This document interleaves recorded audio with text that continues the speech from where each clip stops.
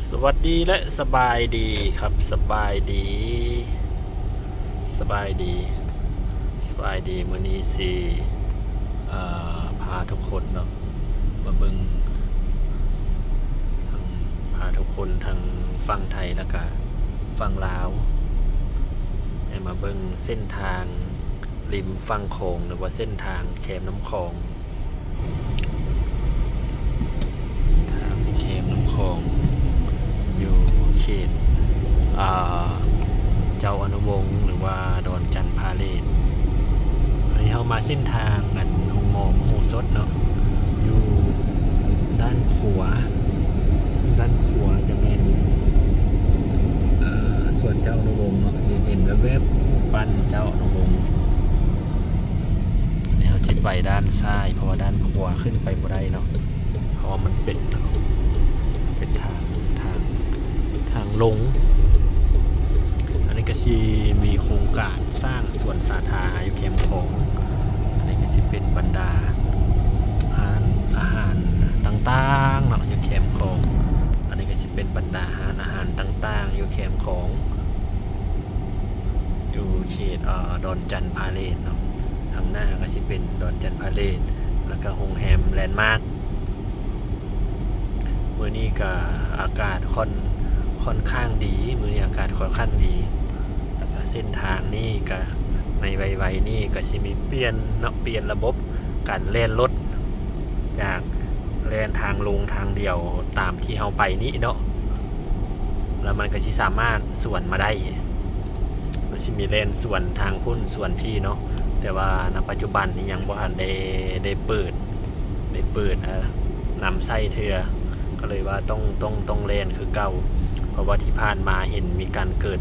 อุบัติเหตุเนาะสิว่าเห็นลูกศรแล้วก็ไปบ่แม่นแต่ว่าปลายเพิ่นก็ยังเอาไว้คือเก่าอยู่เนาะเพิ่นบ่ทันได้ปลดออกฉะนั้นการนำไส้ก็ยังบ่ทันได้นำไส้เทื่อในการส่วนเลนขึ้นมาทางขึ้นทางล่องเนาะฉะนั้นก็ขอให้พอมีพี่น้องตรงปลอดภัยเนาะแล้วก็พากันอย่าฟ้าวเนาะพากันอย่าฟ้า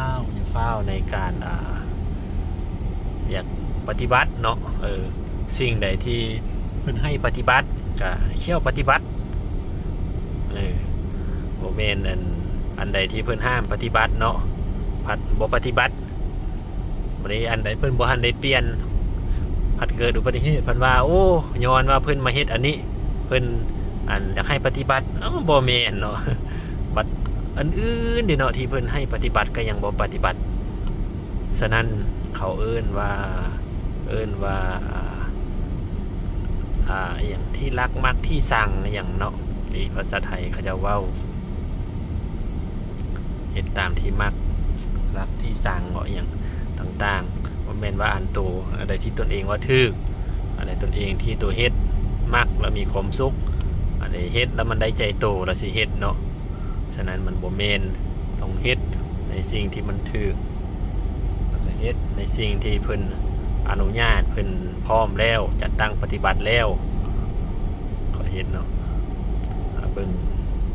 ริมฝั่งโขงเด้อแคมป์ของเนาะหรือว่าริมฝั่งโขงอันนี้เพิ่นก็แต้มเส้นมาเองจะเป็นเส้นเฉพาะรถจักรรถถีบเนาะ by from เส้นรถถีบเนาะสิอยู่เบื้องขวารถถีบหรือว่ารถจักรอย่างต่างๆรถน้อยเพิ่นจะไปเลนเบื้องขวาส่วนรถใหญ่ก็สิใช้ตามเส้นทางปกตินี่เนาะ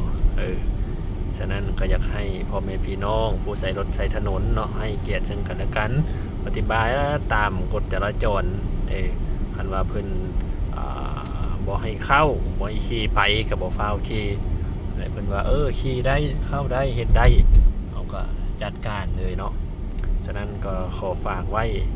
ให้ปฏิบัตินำกันเนาะเอาก็สิมีซ้ำนั้นแหละฝากไว้เพียงเท่านี้เนาะเบิ่งแคมป์ของสำหรับคลิปนี้สบายดี